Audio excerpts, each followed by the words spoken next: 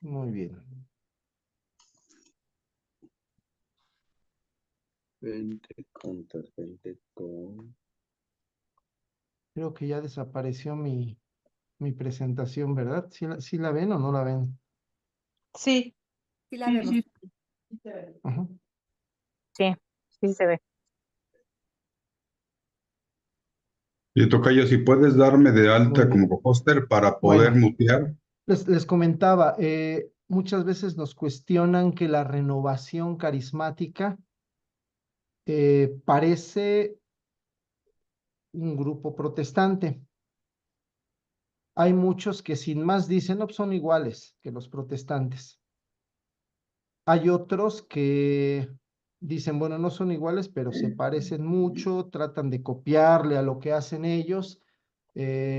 Incluso hay quienes dentro de la misma renovación dicen, sí, pues sí es lo mismo. Vamos a empezar por decir que no es lo mismo. No es lo mismo y no puede ser lo mismo porque vamos a ver cómo la historia nos va a dar la respuesta, por qué no somos lo mismo. Bien, tenemos que recordar que el protestantismo nació en 1517 en Alemania, cuando Martín Lutero se separa de la Iglesia Católica. Él, pues, hace una serie de observaciones señalando, pues, abusos dentro de la iglesia, señalando ciertos abusos que él veía sobre todo en el clero, en los sacerdotes, incluso critica al Papa por una serie de decisiones que había tomado. Él se separa de la iglesia y después funda la iglesia luterana. La iglesia luterana termina convirtiéndose en la iglesia oficial de Alemania. Después Juan Calvino en Suiza y Enrique VIII en Inglaterra también dejan la iglesia católica para fundar sus propias iglesias. Estamos hablando de los principales fundadores del protestantismo. Aquí está la fotografía de Lutero, que en 1517 funda, bueno, se separa de la iglesia y posteriormente funda la iglesia luterana.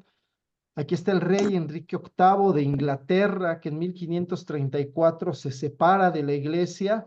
Él quería dejar a su esposa y casarse con otra mujer. Le pide al Papa que anule su primer matrimonio. Como el Papa se niega porque no había razón para anular ese matrimonio, pues Enrique VIII se enoja, rompe con el Papa, rompe con la iglesia. Él funda su propia iglesia y obviamente pues él se pone como líder de su iglesia, ¿verdad? Y bueno, en Suiza igual, Juan Calvino en 1539 se separa de la iglesia católica y funda la iglesia calvinista. Estas son pues algunas de las más importantes iglesias protestantes que surgieron. Ahora bien, ¿cómo vamos a llamar a estas iglesias protestantes? Les vamos a llamar iglesias históricas. Y este nombrecito les voy a pedir que se lo graben. ¿Por qué? Porque va a ser importante distinguir las iglesias históricas, las que surgieron desde la Reforma Protestante de Lutero, del resto de iglesias que surgieron después. ¿Qué pasó con estas iglesias protestantes históricas? Pues pasó lo siguiente. Estas tres iglesias se empezaron a dividir. ¿Por qué? Pues porque hubo una serie de desacuerdos entre ellos. De la iglesia anglicana, por ejemplo, muy pronto surgió otra iglesia que se llamó Iglesia Congregacionista, que fundó Roberto Brown. Después se desprendió otra iglesia, John Smith funda la Iglesia Bautista. Cuando los anglicanos llegan a Estados Unidos, se separan un poco de la iglesia anglicana y toman otro nombre, se llaman episcopalianos. Y también algunos anglicanos en Estados Unidos dejan la iglesia anglicana y fundan la iglesia metodista. Esto es por poner un ejemplo de las divisiones que hubo en las diferentes iglesias. Aquí tenemos, por ejemplo, que de la iglesia calvinista surgieron los presbiterianos, los menonitas, de de la iglesia metodista después se fundó el Ejército de Salvación, de la iglesia bautista después se fundó la iglesia de los adventistas del séptimo día, etcétera, etcétera. ¿Qué quiere decir? Que la iglesia que había pensado fundar Lutero para reformar a la iglesia católica terminó dividiéndose en una gran cantidad de iglesias. Pero vuelvo a repetir, todas estas iglesias protestantes que surgieron a raíz de la reforma protestante de Lutero se llaman iglesias históricas. Bien, vamos a ver brevemente cuáles son sus características. Todas estas iglesias históricas nacieron entre los siglos XVI y XVII. Toman su doctrina de la reforma protestante, pero lo que hacen es modificarla según su criterio, por eso empezaron a dividirse. No conservaron todas la misma doctrina. ¿Por qué? Porque algunos interpretaban la Biblia de un modo, otros la interpretaban de otra y por eso empezaron a separarse. En general, estas iglesias tienen una estructura jerárquica rígida. Muchas veces su estructura se parece a la estructura de la iglesia católica. Tienen obispos, tienen sacerdotes, etcétera, etcétera, ¿no? Se dividen en diócesis, se dividen en parroquias. Entonces, en algunas la estructura es muy similar. Y estas iglesias se extendieron sobre todo en el norte de Europa y después en Estados Unidos. Bien, aquí hay unas fotografías que les puse de algunas iglesias de aquí, de la Ciudad de México. Esta es una iglesia luterana Perdón, que se llama El hermano, Buen Pastor, que está aquí perdón, No han cambiado las perdón, hermano, imágenes. no han A ver, me cambiado dicen la que no, lámina, sigue la misma de inicio, ¿están viendo la presentación o no se ve? Solo solamente la la primera lámina presentación. de inicio. No se ve nada. ¿Cuál es la primera? Antecedentes históricos de pentecostalismo.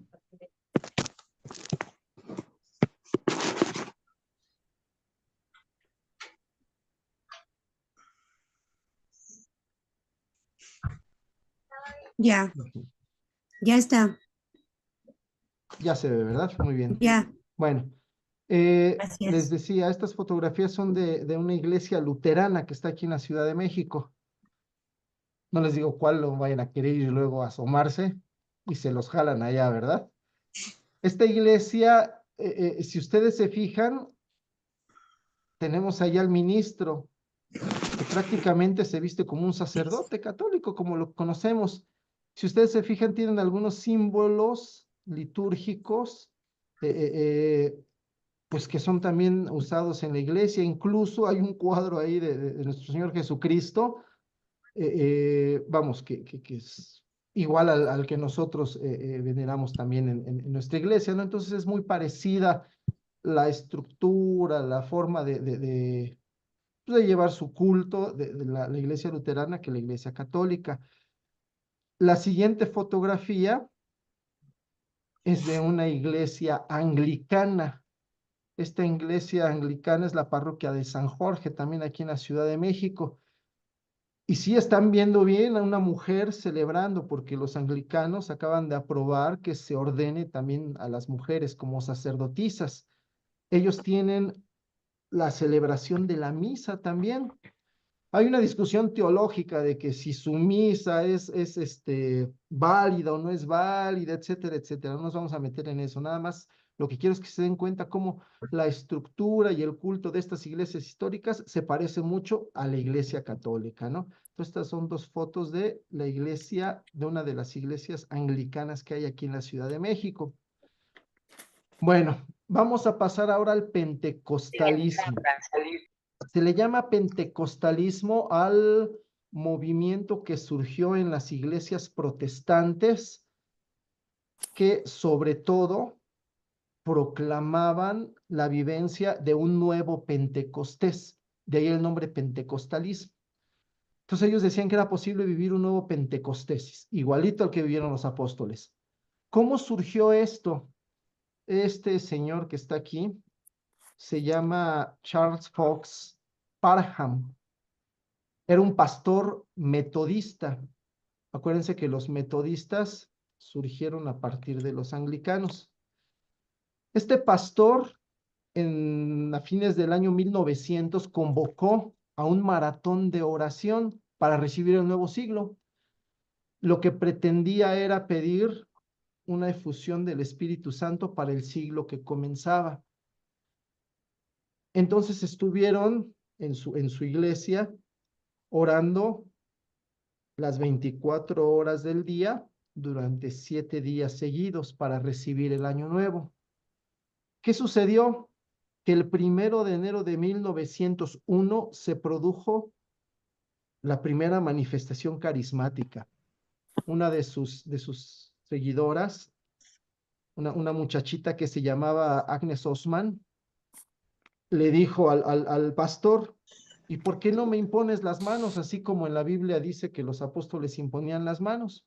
Entonces el pastor le impone las manos pidiendo una efusión del Espíritu Santo y esta muchachita Agnes empieza a orar en lenguas. Fue la primera manifestación carismática que se produjo en esta iglesia.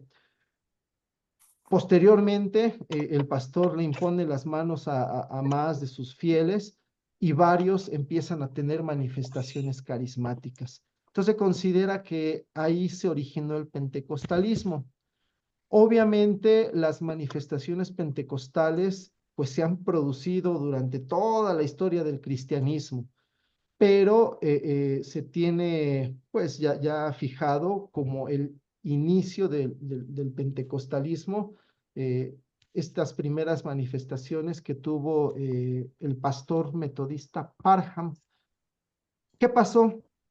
Después de tener estas experiencias, él quiso promover su experiencia carismática. Y lo que hizo fue fundar una escuela bíblica en Texas, donde empezó a promover su nuevo Pentecostés, pero no tuvo mucho éxito, criticado. Incluso las iglesias protestantes históricas empezaron a prohibir a sus miembros asistir con este pastor. Sin embargo, uno de sus alumnos, que es este señor que está aquí, llamado William Seymour, se interesó mucho por esta experiencia carismática. William Seymour era bautista y cuando él vivió estas experiencias carismáticas, quiso llevarlas pues a donde vivía él, ¿no? Que era en Los Ángeles, California. Seymour se trasladó a California, a Los Ángeles, California, y ahí comenzó un grupo de oración. Este grupo de oración fue muy importante. Eh, Aquí está una fotografía de su iglesia. Ustedes si buscan ahí en algún libro o en Google ahí pentecostalismo van a encontrar un episodio que le llaman el avivamiento de Azusa. Esta iglesia estaba en una calle que se llama Azusa, ahí en Los Ángeles, California. Entonces él empezó a reclutar mucha gente. ¿Por qué? Porque él empezó a promover un pentecostalismo basado en las emociones. Él hizo a un lado la doctrina. Él lo que quería era mover las emociones. Y lo que logró, pues, es que mucha gente lo siguiera. ¿Por qué? Porque la gente, pues, iba a sus asambleas y terminaba, pues, llorando con mucha emoción, con mucha alegría, con mucha euforia. Y bueno, obviamente muchos lo criticaron por eso, pero eso no impidió que reclutara una gran cantidad de gente. A pesar de las críticas que recibió, comenzaron a surgir numerosos grupos carismáticos. Ya no nada más esta iglesia del pastor Seymour, ya empezaron a surgir muchos grupos de carismáticos en diferentes lugares. Y lo que empezó a suceder es que muchos protestantes se salían de sus iglesias y empezaban a ir a estos grupos carismáticos. Entonces las iglesias históricas, la luterana, la presbiteriana, la episcopaliana, etcétera, empezaron a disminuir en cantidad de gente porque muchos se fueron a los grupos pentecostales. Y a partir del año 1910 empezó a llamarse pentecostales a estos grupos carismáticos que se formaron en Los Ángeles. Posteriormente, estos grupos se empezaron a extender, sobre todo en el oeste de los Estados Unidos y luego en todos los Estados Unidos. Así surgió el pentecostalismo.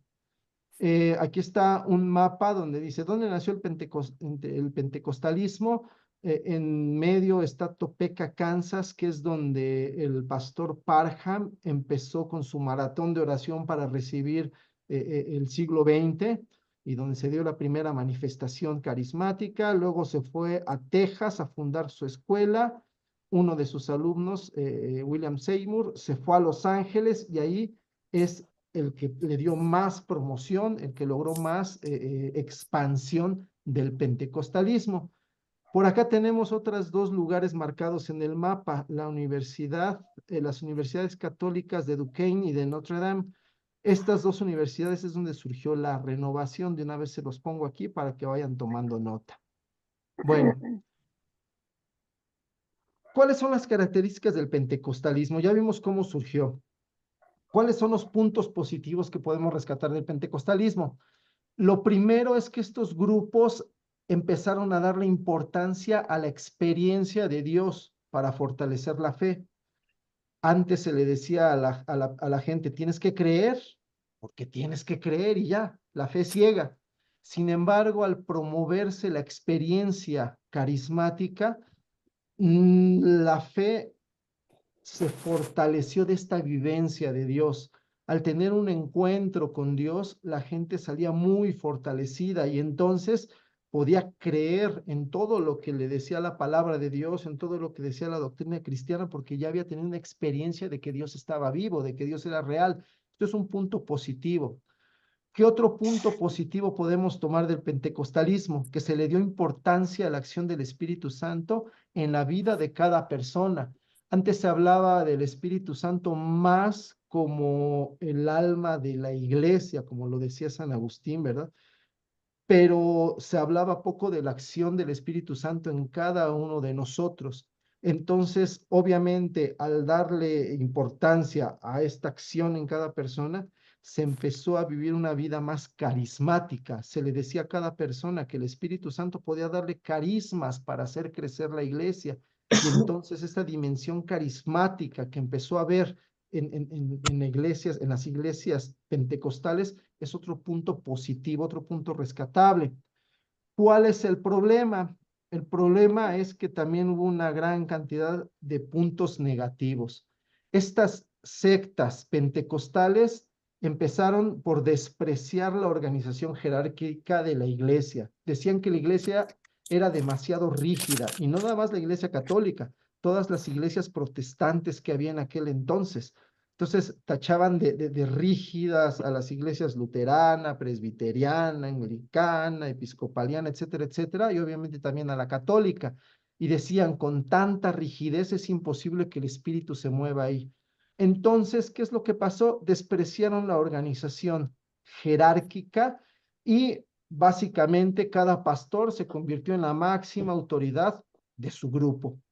Entonces, ya no había una iglesia como tal, sino muchas pequeñas iglesias que estaban gobernadas por el pastor.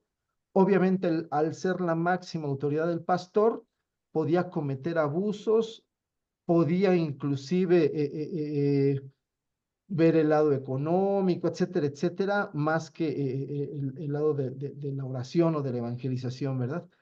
Otro punto negativo es que se le dio más importancia a la experiencia que a la doctrina. ¿Qué quiere decir eso? Lo importante es que tú sintieras a Dios. Ya lo que creyeras o no creyeras ya es menos importante. Lo importante es que tú sintieras a Dios. Eso era lo que valía, ¿no? Inclusive una de las cuestiones más discutidas en aquel momento era que decían los pentecostales, si no hablas en lenguas es que no has recibido al Espíritu Santo. Entonces, el que no tenía la experiencia de hablar en lenguas, pues, quería decir que no tenía el Espíritu, lo cual es absurdo, ¿no? La doctrina nos dice todo lo contrario, dice que no todos vamos a hablar en lenguas, lo dice el mismo San Pablo, pero al despreciar la doctrina, entonces empezó a haber un montón de desviaciones. Cada uno empezó a interpretar la Biblia y los fenómenos carismáticos como querían, porque el tercer punto negativo es que se radicalizó el fundamentalismo bíblico. ¿Qué quiere decir el fundamentalismo bíblico? Son dos cosas. Cada uno puede interpretar la Biblia como quiera, como le entienda, y la Biblia, la mayoría de estos grupos la interpretan al pie de la letra. Rechazan la tradición de tantos siglos que tenía la iglesia y cada uno da su propia interpretación de la Biblia.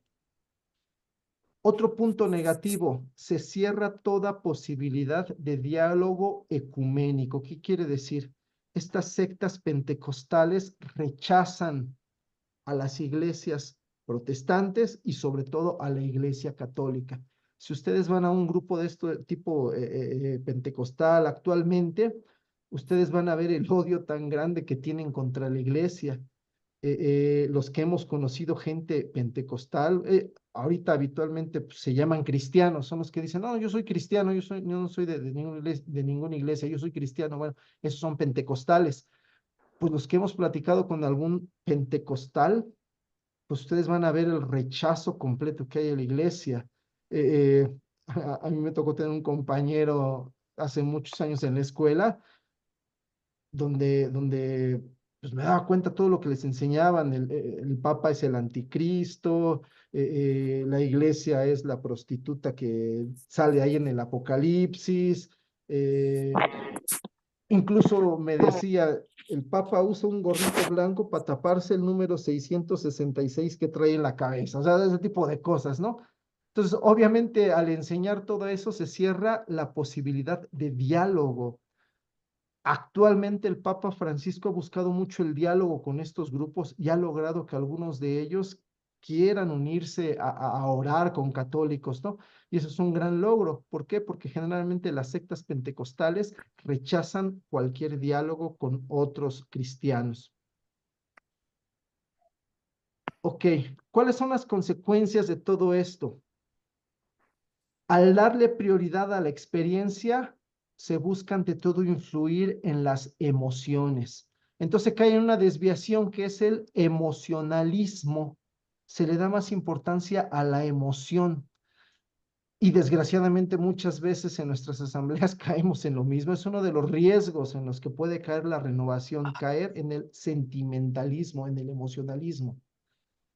Al rechazar toda jerarquía, cada pastor se convierte en la máxima autoridad de su iglesia y puede hacer y deshacer, puede predicar lo que quiera, incluso pues el caso pues, de abusos emocionales, por ejemplo, sobre sus ovejas, pues son muy frecuentes, ¿no?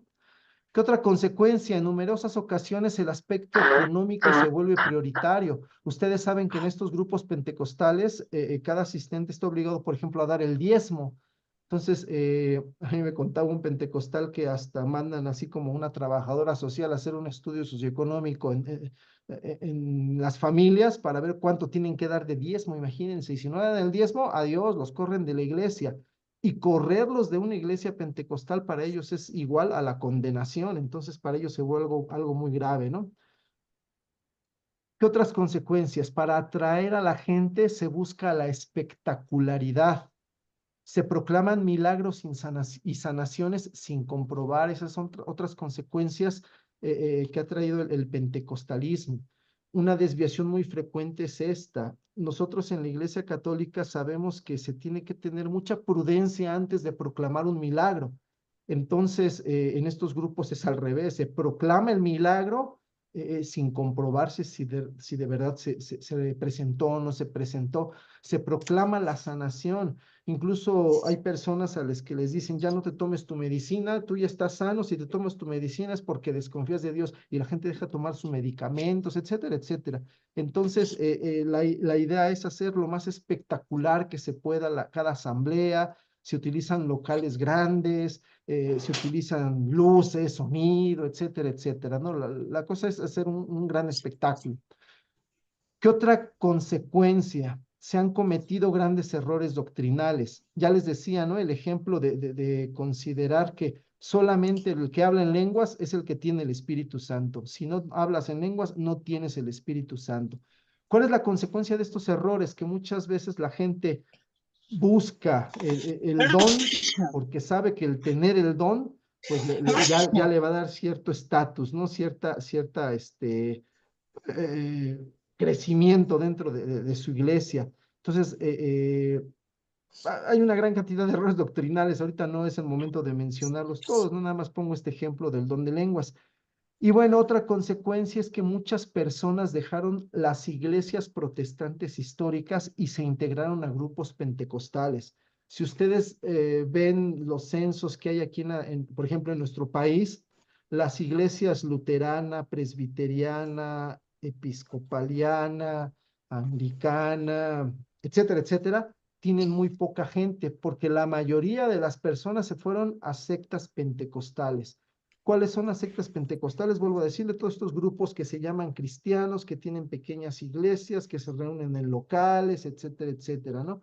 Entonces, las iglesias protestantes históricas se debilitaron y en las pentecostales incrementaron sus miembros.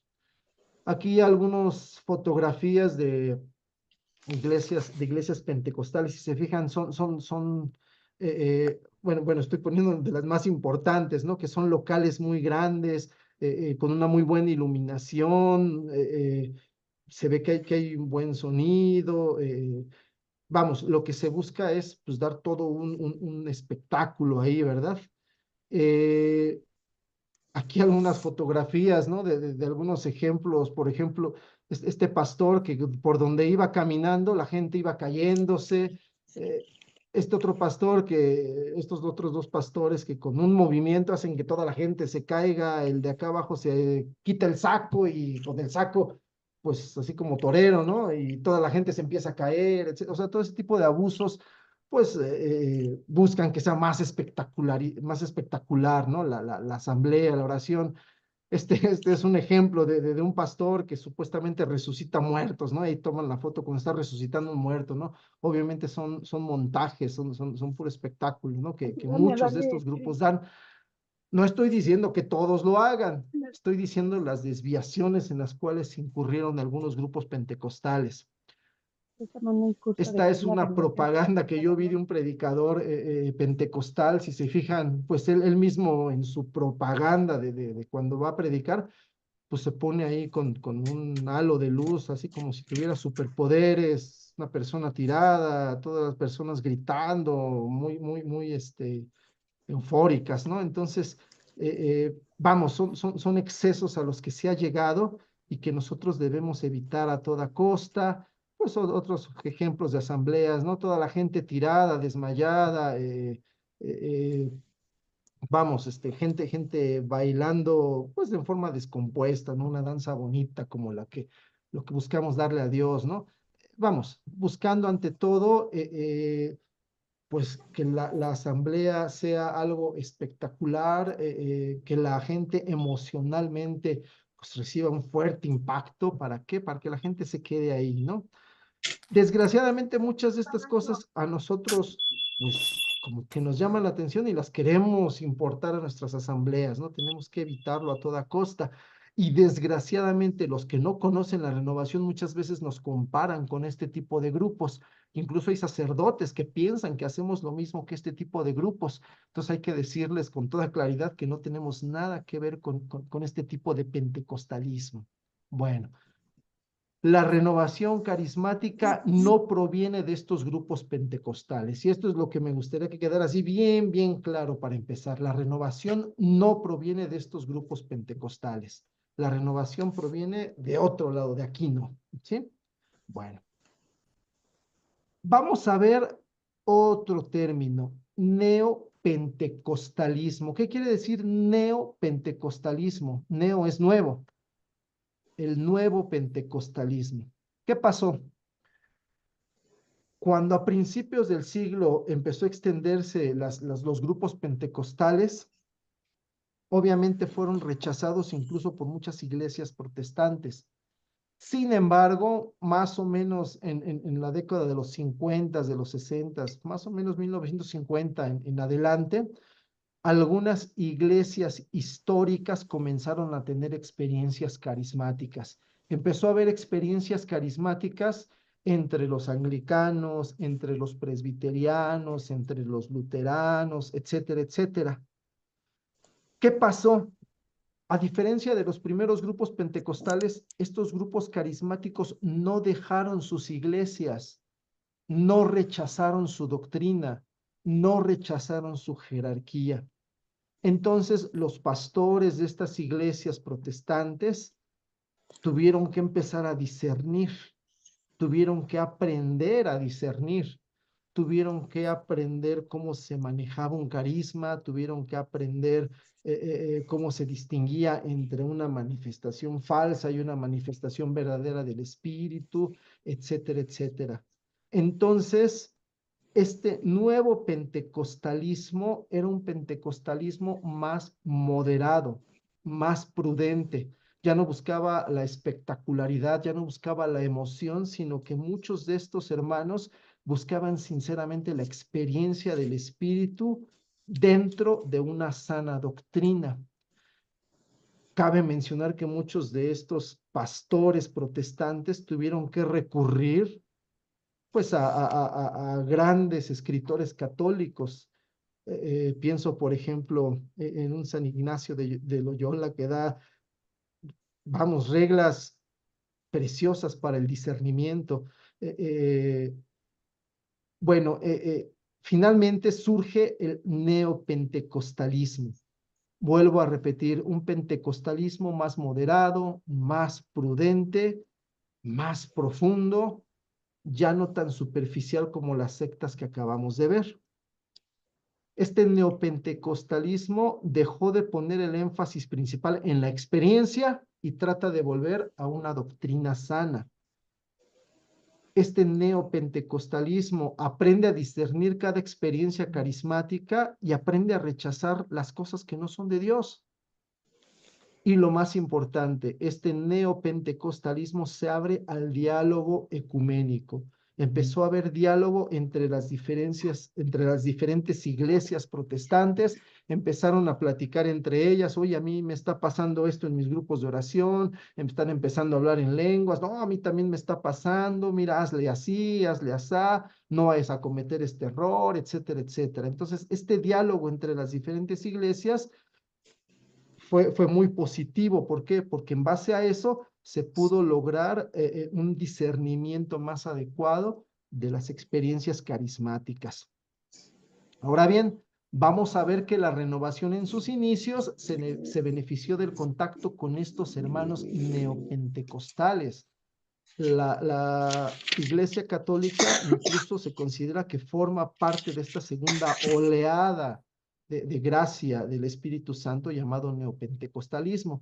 Entonces, podríamos afirmar que la renovación forma parte no del pentecostalismo clásico de inicios del siglo, que desgraciadamente empezó a dividirse y a cometer muchos errores, sino que depende más bien en sus inicios del neopentecostalismo, más moderado, más prudente. Bueno, algunas reflexiones, vamos nada más a recapitular. ¿Dónde surgió el pentecostalismo?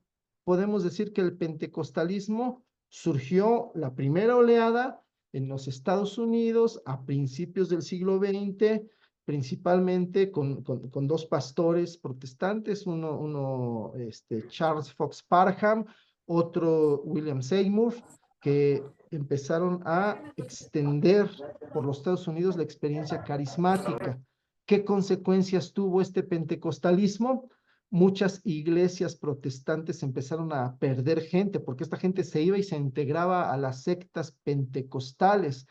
Y desgraciadamente muchas de estas sectas pentecostales se desviaron porque no tenían una doctrina, porque no tenían una jerarquía que los pastoreara, se desviaron, cayeron en excesos y bueno, todas estas cosas que ya vimos, ¿no? Posteriormente vino una segunda oleada del Espíritu Santo a mediados del siglo XX que se llamó neopentecostalismo. Esta oleada se produjo dentro de las iglesias protestantes históricas, las cuales aprendieron a discernir las manifestaciones verdaderas del Espíritu, aprendieron a alinear los carismas bueno, bajo la guía de una sana doctrina. Y bueno, la renovación carismática se benefició del contacto con algunos hermanos neopentecostales. Entonces, esto es lo que vamos a tener como antecedentes del pentecostalismo protestante. Ahorita, en una segunda parte, vamos a ver cómo surgió entonces la renovación carismática.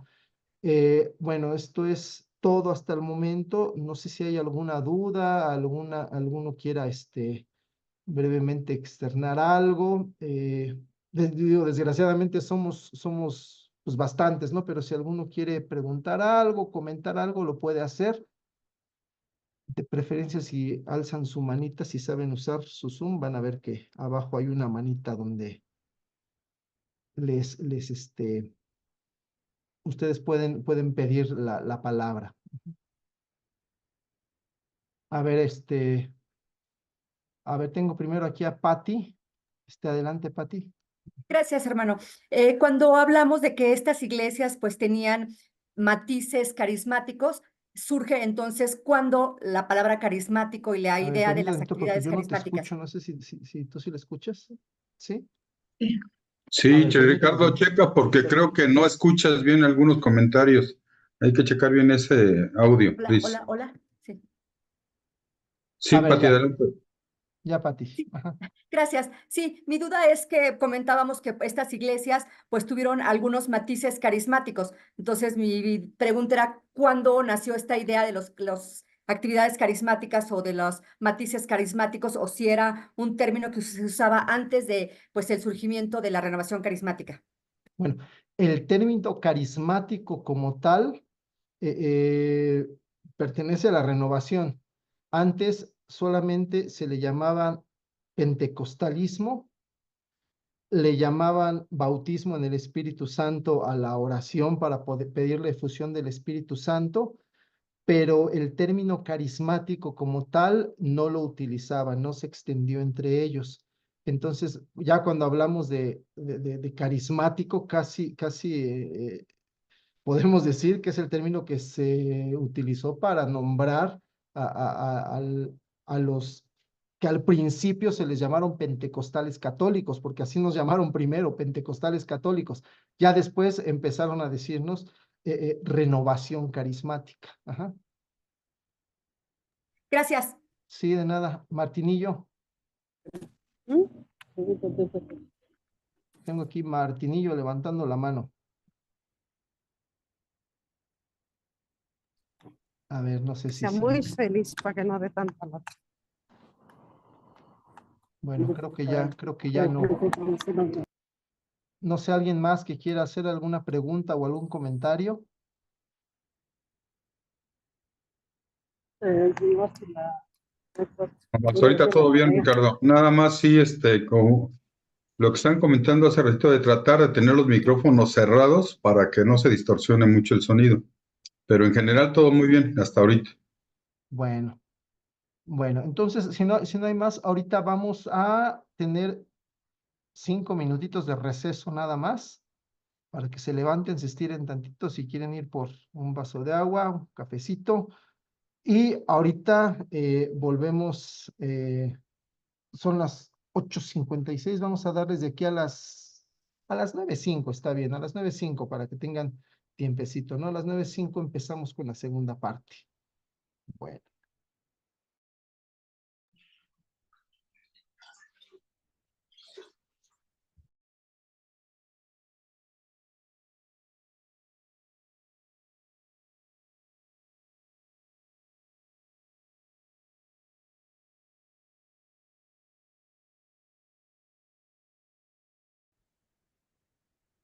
Bien, la segunda parte, pues básicamente vamos a ver algunos aspectos de cómo nació la renovación.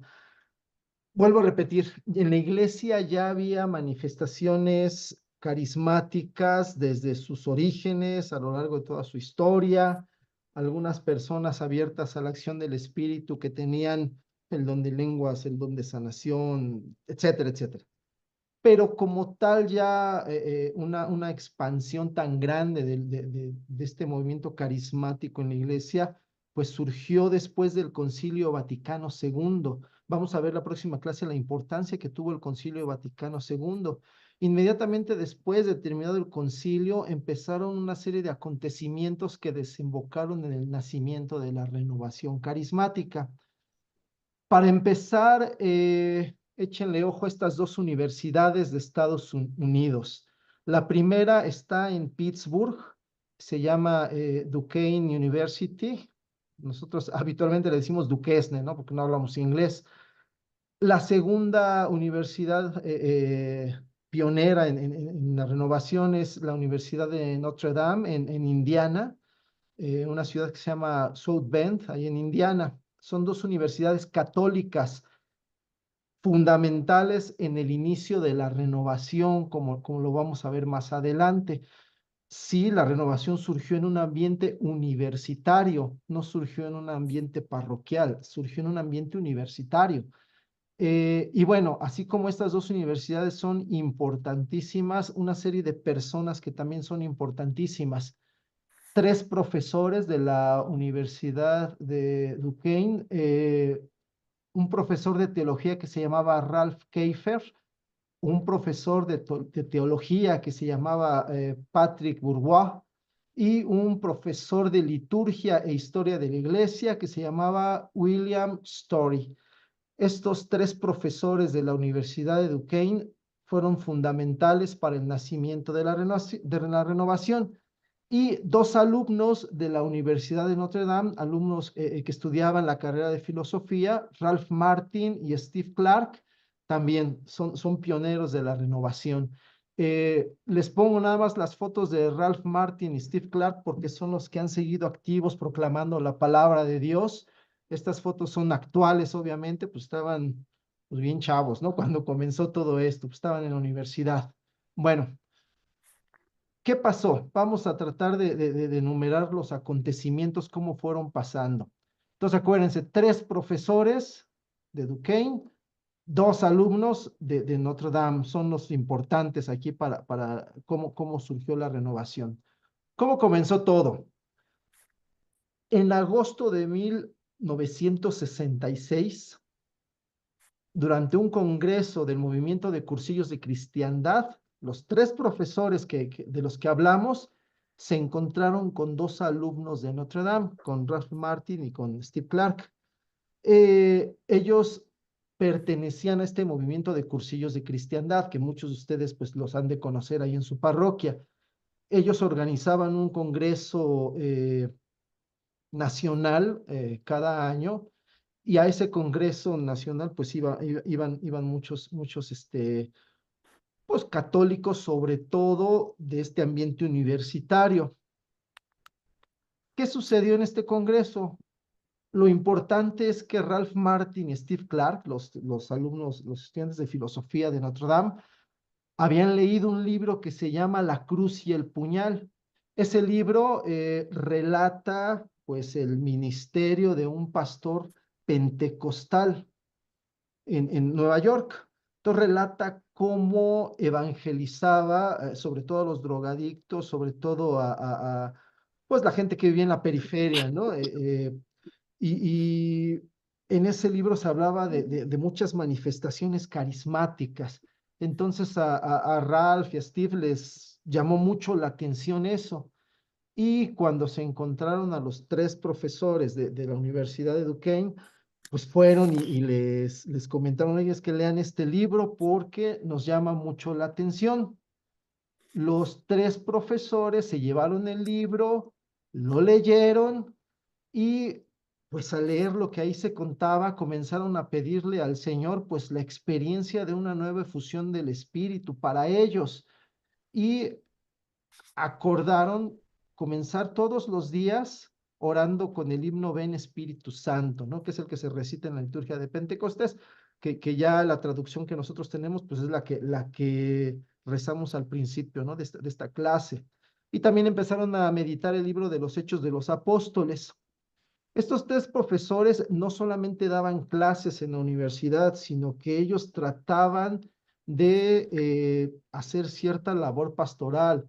Ellos se habían movido durante pues ya mucho tiempo tratando de formar grupos de oración, grupos bíblicos entre los mismos alumnos de la universidad, pero veían que a pesar de sus esfuerzos, que a pesar de su organización, pues faltaba algo, faltaba algo. ¿Por qué? Porque no acababa de prender ninguna de sus iniciativas.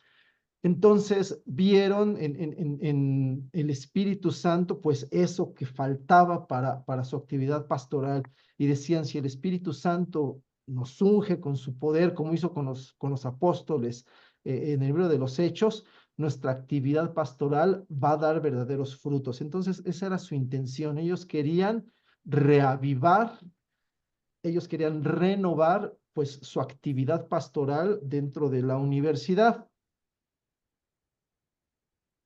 Una ocasión fue a la Universidad de Duquesne un sacerdote episcopaliano. Acuérdense que los episcopalianos vienen de los anglicanos, de ahí de Inglaterra. Este sacerdote episcopaliano se llamaba William Lewis y fue a dar una conferencia. Estos tres profesores lo vieron pues muy centrado, lo vieron como muy preparado, un conocedor de lo que estaba hablando, y se les ocurrió preguntarle si ya había leído La cruz y el puñal. El pastor, el sacerdote episcopaliano les dice que sí había leído La cruz y el puñal, que sí conocía algo sobre las experiencias carismáticas, que ahí se contaban, pero que él pues no tenía en su iglesia, en su parroquia, pues ningún grupo de oración. Sin embargo, él los pone en contacto con un grupo de oración que era dirigido por una mujer presbiteriana que se llamaba Florence Dodge. Si ustedes recuerdan, las iglesias históricas ya habían recibido esta corriente de pentecostalismo que pues fue llamada neopentecostalismo.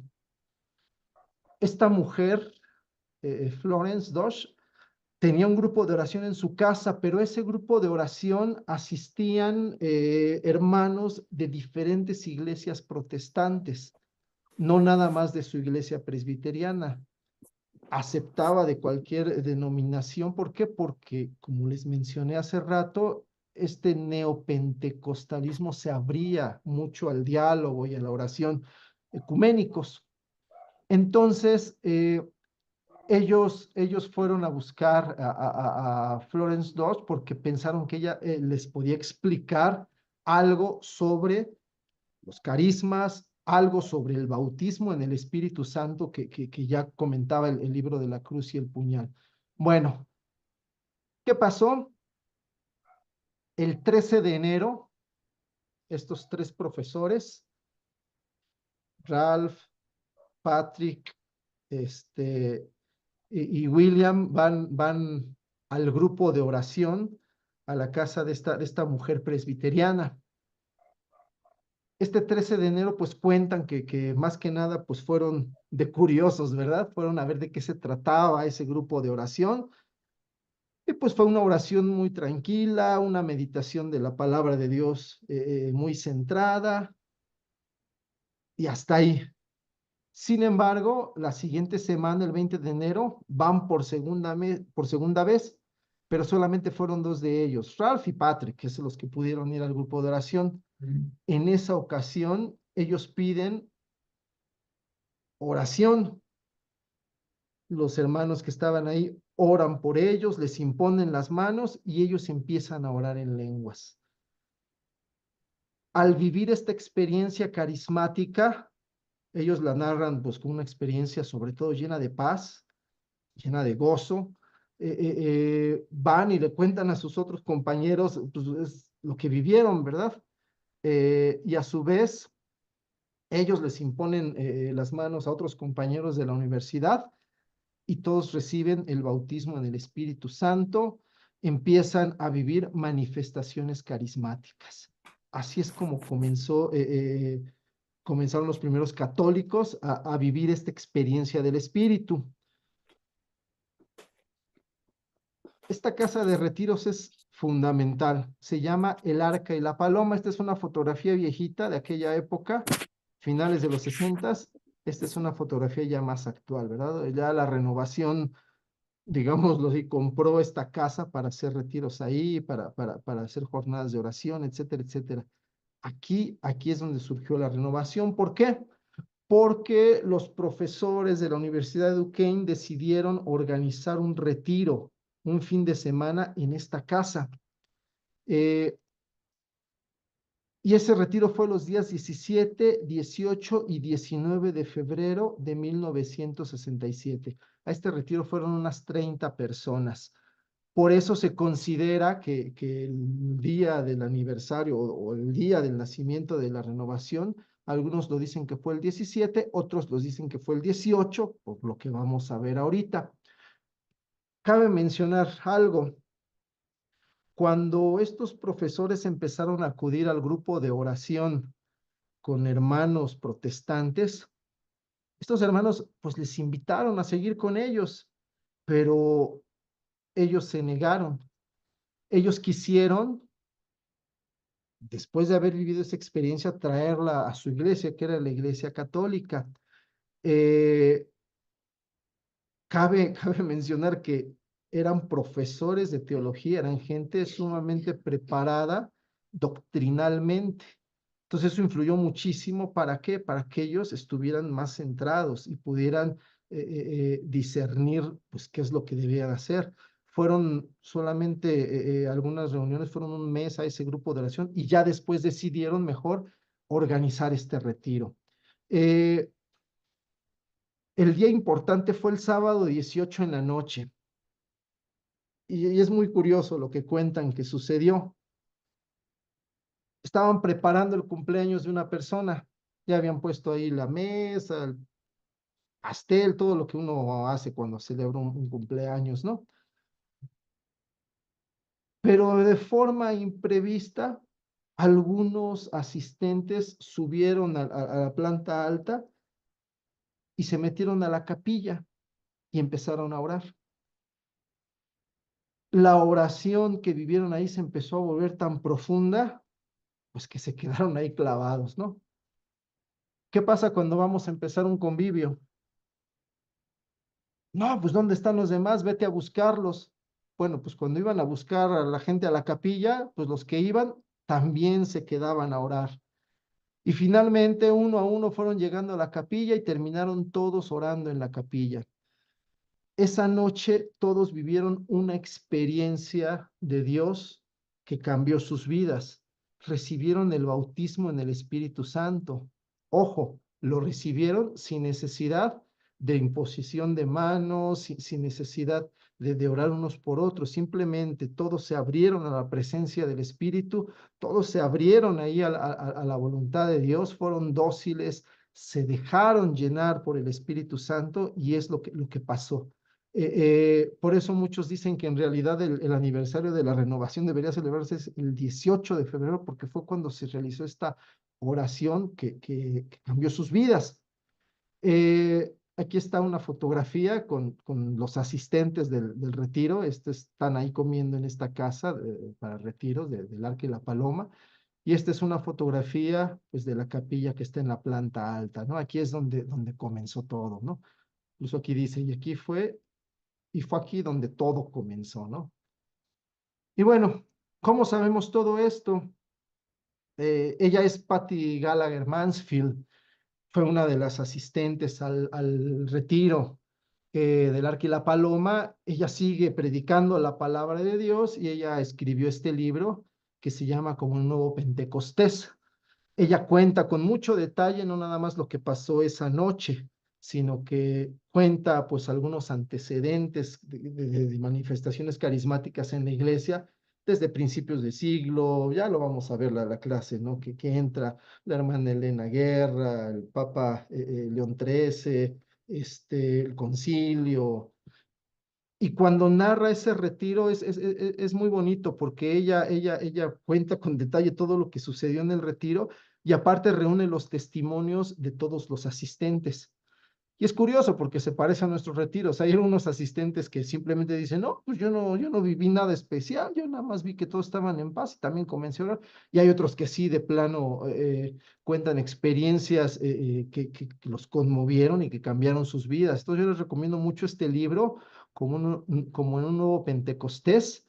Y Dana lo tiene en la librería para los que gustan pedírselo, ella lo tiene, ¿no? Y bueno, ¿qué pasó? Acabamos de hablar lo que pasó en la Universidad de Duquesne y en Pittsburgh. Vámonos a la Universidad de Notre Dame. Está, pues no tan cerca de ahí, está un poquito retirado. Sin embargo, después del retiro, algunos de los asistentes se comunicaron con sus amigos de la Universidad de Notre Dame y les empezaron a contar todo lo que habían vivido. Entonces, pues algunos hermanos perdón, algunos amigos de allá de Notre Dame les dijeron, pues vengan, vengan y cuéntenos lo que sucedió. Entonces, el 5 de marzo, algunos fueron a Indiana a dar testimonio de lo vivido. Ajá. Entonces, se reunieron en la casa de dos esposos que estudiaban en la Universidad de Notre Dame. Estos esposos se llaman Kevin y Dorothy Ranagan. ¿Por qué son importantes? Porque ellos también escribieron un libro que se llama Pentecostales Católicos, porque así es como les llamaban a los renovados al principio, y cuentan con mucho detalle cómo empezó a expandirse la renovación aquí en Indiana y ya después en otros lados. Desgraciadamente este libro pues ya no lo publica, ¿no? Y ya es muy difícil de conseguir. Yo conseguí ahí uno todo rotito y viejito, pero bueno, estaba pensando yo en pasarlo en PDF, ¿no? Para poder pasárselos a todos ustedes y que también lo tengan. Bueno, este 5 de marzo se reunieron unas 30 personas de la Universidad de Notre Dame y recibieron el bautismo en el Espíritu Santo y también empezaron a vivir pues estas experiencias carismáticas, estas manifestaciones carismáticas. A la siguiente semana, el 14 de marzo, Ralph Martin y Steve Clark, que eran los que sin saber iniciaron todo al decir, oye, léete este libro de la cruz y el puñal, pues ellos el 14 de marzo recibieron también el bautismo en el Espíritu Santo y decidieron organizar un retiro, el cual fue el 7, el 8 y el 9 de abril, también de 1967, ahí en la universidad. Fueron unas 40 personas y aquí lo interesante es que entre estas 40 personas también había sacerdotes y religiosas. Entonces, esta experiencia carismática que vivieron en este retiro de Notre Dame, la vivieron también gente consagrada, ¿no? Y eso ayudó para el discernimiento de estas manifestaciones, porque ellos pudieron dar su testimonio de lo que habían vivido allí. A partir de ese momento, la renovación se comenzó a extender. Es importante mencionar que primero se fue extendiendo en otras universidades, por ejemplo, está Ann Arbor en Michigan, otras universidades ahí de esa región empezaron a vivir, empezaron a tener estos grupos de renovación. Antes no se llamaba renovación, obviamente, no sabían ni cómo se llamaban. Los que los veían de fuera les decían pentecostales católicos, pero ellos pues no tenían un nombre propio todavía, ¿no? Entonces, a partir de ese momento, pues se empezó a extender la renovación en universidades, posteriormente en parroquias, llegó a todos los Estados Unidos y después a otros países. Lo importante aquí es considerar dos cosas. La primera es esta. ¿Y qué dijeron los obispos? Porque obviamente cada una de estas regiones en donde se empezó a extender la renovación, pues tenía un obispo a cargo y el obispo tuvo que haber dicho algo. Vamos a ver la semana que entra qué es lo que dijeron los obispos de Estados Unidos sobre la renovación. Y lo más importante, ¿y qué dijo el Papa? El Papa no había dado ninguna opinión acerca de la renovación, ni en 1967 cuando surgió, ni en el 68, ni en el 69, ni en el 70, etcétera, etcétera. Tuvieron que esperarse un poquito más de tiempo hasta que el Papa diera una opinión sobre la renovación carismática. También lo vamos a ver la siguiente clase. Y bueno, ¿qué podemos concluir? La renovación sí se benefició en sus inicios del contacto con grupos carismáticos no católicos, pero aquí es importante hacer la distinción. No se puso en contacto con estos grupos pentecostales que surgieron a principios del siglo y de los cuales muchos comenzaron a desviarse, ¿verdad? Ellos se pusieron en contacto con grupos carismáticos más moderados, los que surgieron en las iglesias protestantes históricas. Acuérdense que fueron a un grupo de oración que dirigía una presbiteriana. Ya habíamos dicho que en estas iglesias, pues ahora sí, como decimos, ¿no? Echando a perder se aprende, pues tuvieron que aprender ellos de alguna manera a discernir, a vivir con los carismas, a hacer que los carismas den fruto, etcétera, etcétera. Entonces, los primeros hermanos católicos que tuvieron experiencias carismáticas sí se beneficiaron del contacto con estos grupos. Sin embargo, de inmediato la renovación empezó a crecer y empezó a fluir en la Iglesia Católica sin necesidad de una, digamos así, asesoría por parte de estos grupos protestantes, ¿no? Entonces, la renovación en la Iglesia fue discernida y fue pastoreada desde el principio por obispos católicos, por sacerdotes católicos. Otra conclusión, aunque se benefició del contacto con grupos no católicos, nunca adoptó su organización ni sus métodos. Al contrario, la experiencia del bautismo en el Espíritu Santo fortaleció la fe y la identidad católica de cada uno de ellos. Y ellos lo cuentan cuando dan testimonio, dicen, a partir de esta experiencia del Espíritu Santo, la misa tuvo un significado más profundo en mí. La oración se volvió más profunda en mí. El deseo de servir a la iglesia también creció y se fortaleció. Inclusive la devoción mariana, que pues para nada forma parte de los grupos protestantes, la devoción mariana en los renovados también se afianzó, ¿no? Entonces, en lugar de volverse más hacia el lado protestante, los que vivieron las primeras experiencias carismáticas se volvieron más católicos todavía. Y bueno, esto lo vuelvo a repetir. ¿A quién eligió Dios para iniciar su renovación carismática? Eligió a personas bien formadas, con un sólido conocimiento de la doctrina católica. Si hubiera escogido a alguien que no tenía una buena fundamentación de su fe, alguien que no estudiaba la doctrina católica, que ni la conocía y que nada más iba a misa por tradición, quién sabe qué hubiera pasado, ¿verdad? Pero el Señor pues es sabio, Él sabe lo que hace, ¿no? Y escogió no nada más a gente bien formada, sino a gente que formaba a otros. Eligió a profesores de teología, imagínense, para poder iniciar con esta renovación. Y pues ahí está la pedrada para nosotros. Nosotros queremos que Dios nos elija para hacer cosas grandes, pero luego no nos gusta formarnos, ¿verdad? Entonces tenemos que estar bien formados si queremos que el Señor nos elija para cosas grandes. Y bueno, como vimos, la renovación no tuvo en sí un fundador.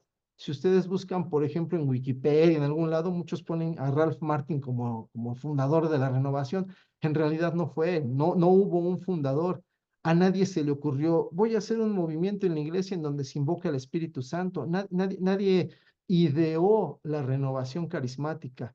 El Espíritu Santo fue obrando, fue moviendo las cosas y fue haciendo que se viviera esta experiencia y que se extendiera esta experiencia. Entonces, el verdadero fundador de la renovación es el Espíritu Santo. ¿Y cuál es la clave? La clave es que estos hermanos estuvieron abiertos a la acción del Espíritu, estuvieron deseosos de vivir esa efusión del Espíritu. Esa es la clave, ¿no? No se quedaron con los brazos cruzados, oraron, desearon esa efusión y el Señor los escuchó. Bueno, pues hasta aquí el tema este de cómo comenzó. Si fijan, es un resumen pues, de los primeros días, ¿no? Los primeros días de la renovación. Ya en la siguiente clase vamos a ver un poquito después cómo fue extendiéndose en el mundo, pero bueno, vamos a hacerlo también brevemente. ¿Alguna pregunta hasta aquí? ¿Algún comentario ya para terminar?